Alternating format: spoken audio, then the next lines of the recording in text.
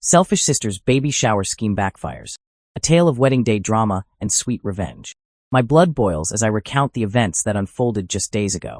My older sister Porsche, 30F, has always been the epitome of narcissism, her main character syndrome grating on my every nerve. While I've historically been the peacekeeper, avoiding confrontation like the plague, her latest stunt, scheduling her fourth child's baby shower on my wedding day, was the final straw that shattered my patience. The news hit me like a thunderbolt mere days before my wedding. Porsche had the audacity to dismiss it as a small coincidence, but I knew better. This was calculated warfare, considering I had meticulously arranged for family RSVPs months in advance. The revelation left me teetering between wanting to tear out her perfectly styled hair or my own in frustration. Growing up in Porsche's shadow was like living in perpetual eclipse. She was the golden child, basking in our parents' endless adoration, while I remained the afterthought, forever dimmed by her brilliance. In school, she was the complete package, a star athlete, academic prodigy, and social butterfly who could do no wrong in the eyes of teachers and peers alike. Our parents' pride in her achievements knew no bounds. Meanwhile, I occupied the murky waters of mediocrity, neither failing nor excelling, just existing in the vast space between. My teacher's shocked expressions upon learning of our sisterhood spoke volumes about the stark contrast between us. The constant comparisons were like death by 1,000 paper cuts, each one reinforcing that I would never measure up to the impossibly high bar Porsche had set. The disparity in our treatment was glaring. Porsche enjoyed every privilege, while I received the harsh message that only by matching her excellence would I earn similar affection. This toxic dynamic planted deep-rooted seeds of self-doubt that would later bloom into a garden of psychological thorns, choking my sense of self-worth. By 13, I had reached an epiphany that hit me with the force of a tidal wave. I would never forge a healthy bond with my family. This realization, though bitter, became my liberation. I retreated into my sanctuary, my bedroom, where I found solace in the gentle scratch of pencil against paper. Drawing became my escape, my voice, my rebellion against the suffocating expectations that haunted our household. My artistic pursuits were met with contempt, dismissed as mere scribbling by those who should have nurtured my passion. The day my mother shredded one of my sketchbooks, calling me a worthless doodler, crystallized my resolve. I would never dance to their tune again, never contort myself into a pale imitation of Porsche. I chose silence as my shield, minimal interaction as my armor. The winds of change swept through our family when Porsche departed for college. The perfect daughter transformed into a rebellious stranger, burning through money like wildfire and ghosting our parents' desperate calls. The golden child had lost her shine, leaving our parents adrift in a sea of confusion and loneliness. Suddenly, their attention swiveled to me like a spotlight seeking a new target. Their attempts at bonding felt like too little, too late, a desperate grab at a backup plan rather than genuine love. Years of solitude had taught me to find strength in my own company, and their sudden interest only triggered waves of anxiety. Their frustration at my resistance manifested in renewed criticism and verbal assaults, making the remaining years before college a gauntlet of emotional endurance. But life has a way of writing its own poetry. All those hours of worthless doodling blossomed into an animation degree and a successful career that nobody, especially my family, had seen coming. The sweet taste of success was made sweeter by the shock on their faces. I had built my own path, brick by brick, far from the shadow of my sister's legacy. Now, years later, I've crafted a life that feels like a warm embrace, sharing a cozy home with my beloved fiancé Edward, 29M, and our adorable dog Emma. It's a sanctuary of peace I guard fiercely against the storms of my past. Yet, like vultures circling their prey, my family has made numerous attempts to breach these walls I've built, their sudden interest in reconciliation coinciding suspiciously with my professional success. Their timing speaks volumes. They ignored my existence during my struggling student years, but now that I've found success, they're desperate to play happy families. The transparency of their motives is as clear as glass. With Porsche's immediate post-college pregnancy, shotgun wedding, and perpetual unemployment, their dreams of her being their financial golden goose had crumbled to dust. Now they're eyeing me as their potential cash cow, but I've grown too wise to fall for their manipulative dance. My extended family, particularly my Aunt Rachel, has been my North Star through these turbulent waters. She alone had the courage to call out my parents' favoritism, becoming the mother figure I desperately needed. While others in the family eventually saw through my parents' facade, they respected my decision to maintain minimal contact, creating a peaceful distance that served me well. Then came the earthquake that shook our fragile status quo, my mother's severe health crisis. For weeks, she languished in the hospital, her recovery prospects uncertain. According to Aunt Rachel, this brush with mortality triggered an awakening in my mother. Between labored breaths and beeping monitors, she reportedly wept for her baby, desperate for a chance to rewrite our fractured history before death could render it permanent. The news of her illness reached me a week later through Aunt Rachel, along with tales of my mother's tearful epiphanies and pleas for reconciliation.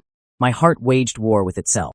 Part of me recognized that her remorse stemmed more from fear of dying with unresolved guilt than genuine maternal love.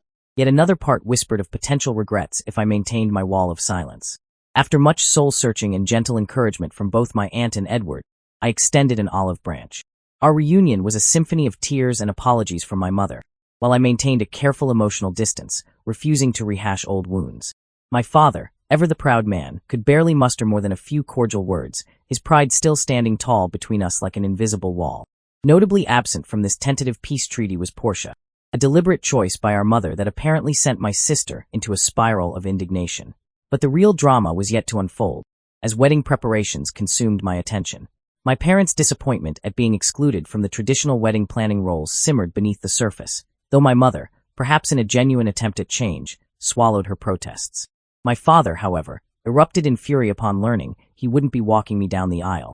His angry phone call, threatening to skip the wedding entirely, was met with my cool response that nothing had truly returned to normal between us. He was free to make his choice, just as I had made mine. His silence in response spoke volumes. Then came the bombshell that would ignite this powder keg of family tension.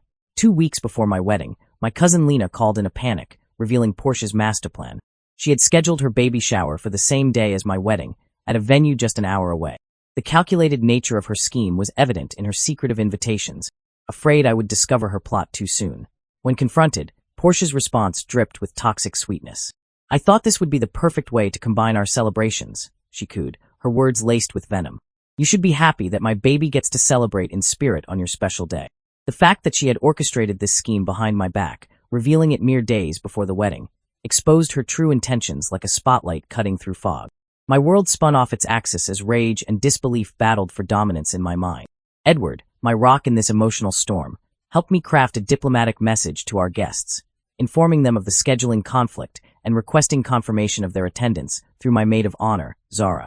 Deep down, childhood insecurities whispered that everyone would choose Porsche's baby shower over my wedding. After all, hadn't that been the pattern my entire life? But fate, it seems, had finally decided to rewrite the script. As my wedding day dawned, I was stunned to see nearly every family member I'd invited present, with the notable exceptions of Porsche, my father, and his sister's family. Even my mother, typically inseparable from my father, had chosen to attend. The ceremony proceeded like a dream, more perfect for the absence of potential drama from my father. However, the peace was short-lived. As guests were transitioning to the reception, Porsche and my father arrived like storm clouds on a sunny day. Zara, my fierce defender, attempted to block their entrance, but they forced their way through like entitled hurricanes. What followed was a scene straight out of a soap opera. Porsche, the supposed mature mother of 3, dissolved into theatrical sobs that would put a toddler's tantrum to shame. The spectacle she created before Edward's family, our friends, and colleagues was mortifying. Through her tears, she had the audacity to suggest that I should have postponed my wedding to accommodate her final baby shower. Before I could respond, Aunt Rachel, my guardian angel, stepped in with a truth bomb.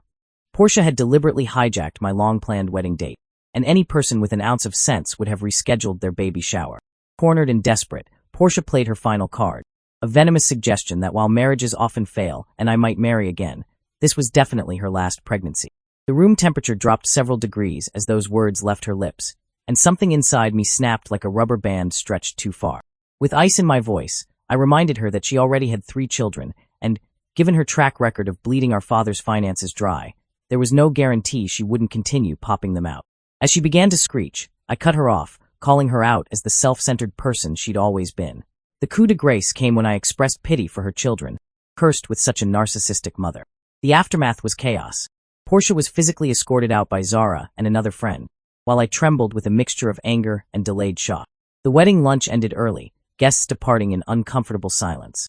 The most painful realization was my mother's continued silence throughout the ordeal, proof that her supposed reformation was as genuine as fool's gold. In the weeks that followed, the ripples of that day spread far and wide. Jake, Porsche's husband, appeared at my doorstep one evening, looking like a man carrying the weight of the world. His revelation added another layer to the drama. Porsche had originally scheduled her shower for the week after my wedding, but had deliberately moved it, lying to him about not being invited to our celebration. The final act of this family drama unfolded like a Greek tragedy. Jake and Porsche's marriage crumbled, with him seeking sole custody of their children, citing her unstable behavior. In a desperate attempt to maintain control, Porsche moved back in with our parents, running around town blaming me for destroying her life. Her final insult was offering to let me babysit her children for free as atonement for ruining her life, an offer that earned her an immediate block on all communication channels. Now, I've retreated to the peaceful life I had before this chaos erupted. Aunt Rachel and a few loyal cousins remain my only connection to the family that once was, their unwavering support during the wedding disaster earning them a permanent place in my heart. As I move forward with Edward, I've learned to be fiercely protective of the boundaries that guard our happiness. Sometimes, the best revenge isn't served cold. It's watching karma do its work while you live your best life. And that's exactly what I intend to do.